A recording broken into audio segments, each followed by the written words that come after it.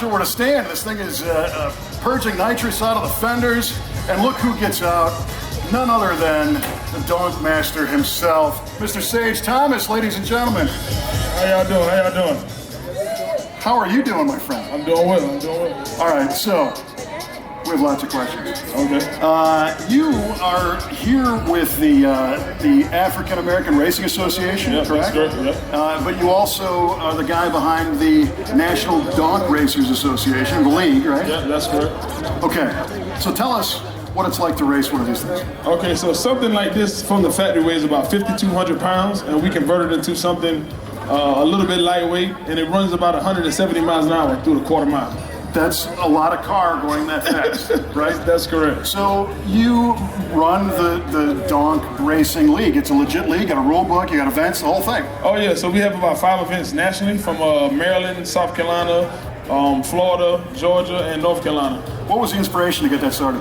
We base it on safety. So like all these vehicles, they see these cars with the big wheels and the big weight and the convertibles, and we wanted to make it safe. So our main thing was about making it very safe, putting fire suppression systems in them, roll cages, make sure they had the right U-joints and everything to keep the cars together to be able to do that. So like this car is the first one of its kind to actually run 150 miles per hour in a quarter mile.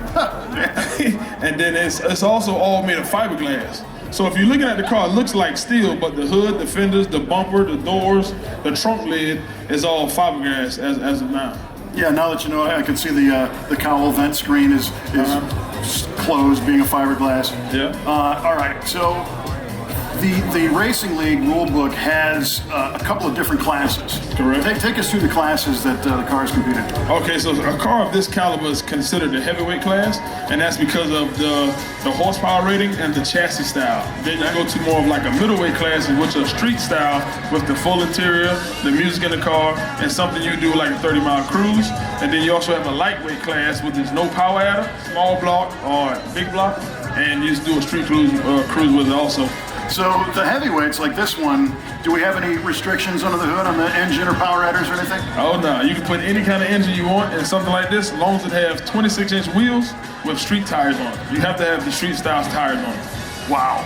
Yeah. Who'd have thought guys on 26s are running 150 in the quarter mile? Nah, they run 170. Yeah, now 170. So what is powering this? What we got? Yeah, so this one is a Stroker LS 427 Mass Motorsports engine. It has a precision 127 millimeter precision turbo on it, and it got a little bit of nitrous on it, also from Nitrous Outlet. What transmission? Turbo 400 from FTI. Okay. Yep. And you mentioned the heavyweight class has some chassis mods. Yeah. Hooking one of these things up is probably an interesting challenge. Yeah, so something like this has ladder bar suspension on this particular car, and we have coilover shocks from Mentor on this one also. So this car gets up and goes pretty good. Well, yeah. You mentioned you've got a 26-inch wheel minimum size. Yeah, for the Donk class. So in the G-body, the Monte Carlos, the Regals, the Cutlasses, anything like that is G-body class. It's 24-inch tires with slicks. And I have one out here in the burn yard field also. I brought a couple cars at SEMA this time. Nice. Yeah. And so where did you come in from? I'm coming from South Carolina, Charleston, South Carolina. South Carolina. Yeah. And, South Carolina. We got some South Carolinians. Oh yeah, oh yeah. So you mentioned 5 different events, right? How are those going? What's the turnout like? What do we Oh yeah, the turnout's been pretty good, and then also we do the payouts per class. So if we have an 8-car minimum per class, and it's a $5,000 payout on the middleweights, and then it's a $10,000 payout on the heavyweights. Nice. Oh yeah, so you can see a lot of that stuff on our YouTube channel, Donkmaster TV or GDAW803. We capture all the events all over the nation all the time. I've seen some of those videos. You check them out. Oh yeah.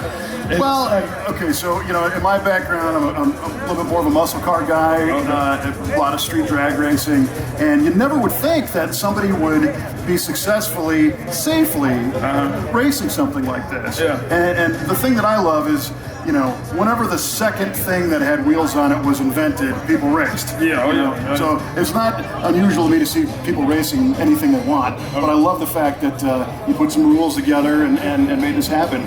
So the G-body class, if I remember correctly, I glanced at the rule book, you have to have functioning subwoofers? Yeah, that's in the middleweight class. So you have to have functioning subwoofers, and you have to go on a 30-mile cruise. You know what I'm saying? We trying to keep it the street style, the grassroots style, but we got to do it safely. So by me partnering, by NDRA partnering with the AARA, and they teaching us and educating, you know, through different speeds of racing, that's what we want to do. And we just want to keep everybody safe, the main thing.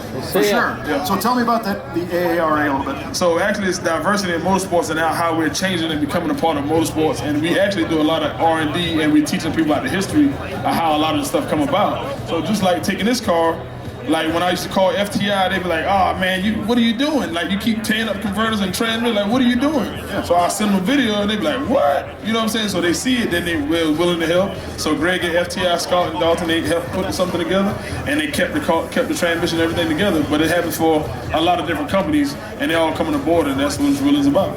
Who else are you going to see here at SEMA that has parts on this car? QA1, I know they out here. They're doing some with big wheel stuff. Holly doing some big wheel stuff also. Moser, rear end, they do a lot of stuff like that.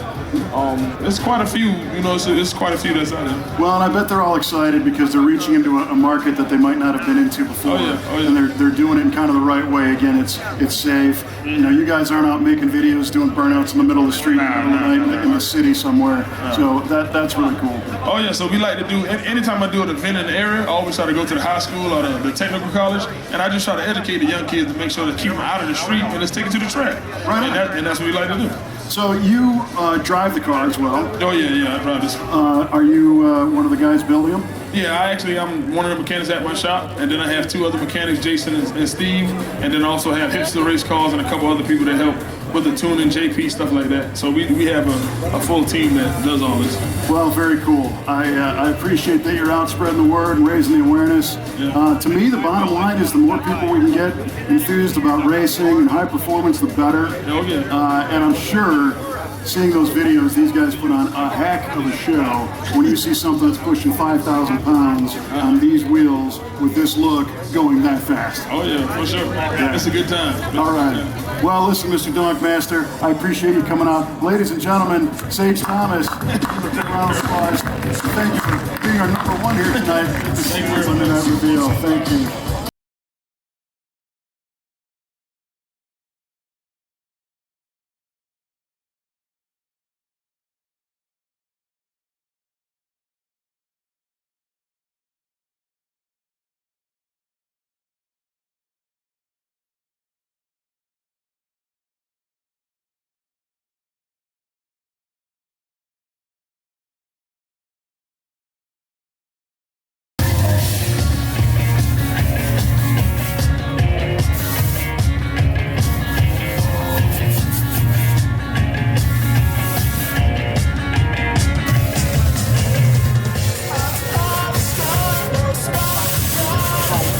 Ladies and gentlemen, our second vehicle here tonight at the SEMA Monday Night Reveal.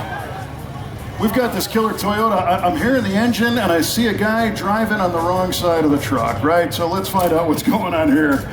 Come on over. What's your name, sir?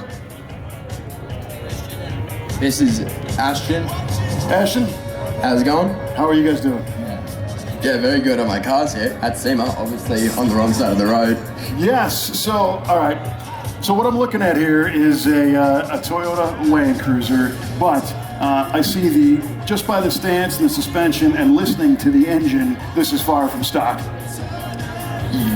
Yeah, so it's a 1977 Toyota FJ45 Land Cruiser with all the running gear out of a 2011 79 series Land Cruiser. So 4.5 litre V8 turbo diesel. The thing goes good. It's got the coil conversion out of the front, but it's still on the stock chassis. Nice. And that's a heck of a swap. I love how you're able to keep this original look, keep the original body, and you guys are from Australia. Yeah, correct. On the sunny Gold Coast in Queensland. So yeah. Nice. Okay. So I know that you know, a lot of times I can order a part from the store that's 2 miles away, and today it takes a little time to get here. But tell me what it's like getting a vehicle from Australia to the United States at this point. So we have absolutely moved mountains to get this car and our other two cars here from Australia.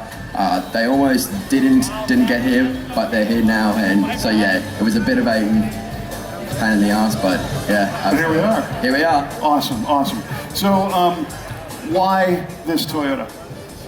Well, it's Ashton's car, and Ashton, when we were both trying to pick out our first cars, we were just kind of keen on just buying whatever we could get our hands on. So Ashton didn't really know what the FJ was. He just thought it looked cool, so he bought it.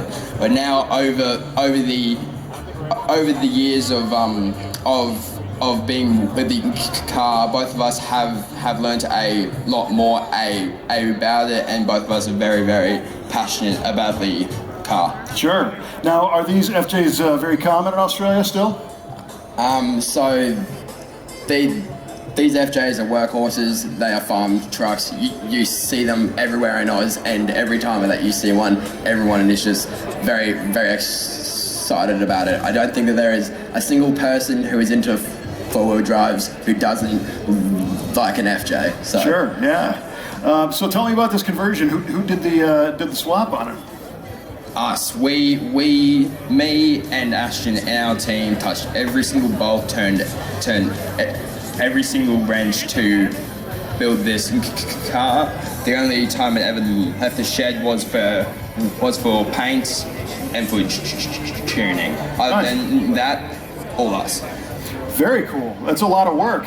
And it's interesting because the wheelbase is right on. Did you have to mess with that at all? Because you said it is the original chassis, just the new suspension.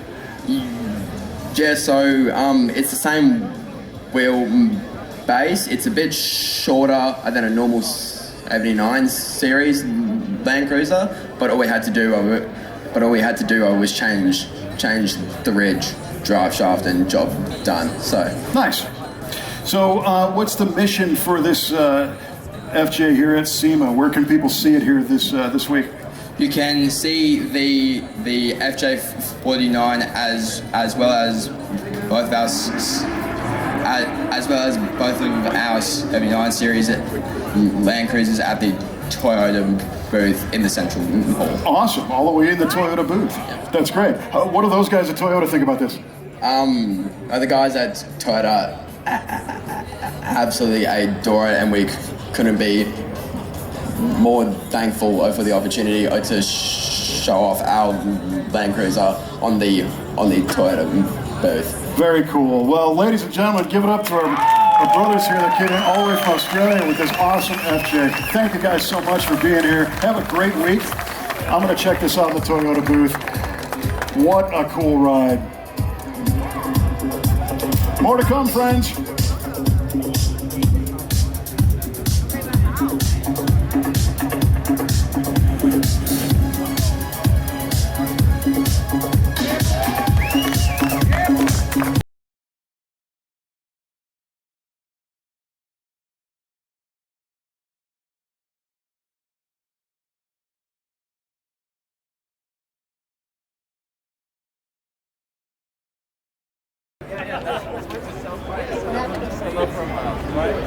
Sound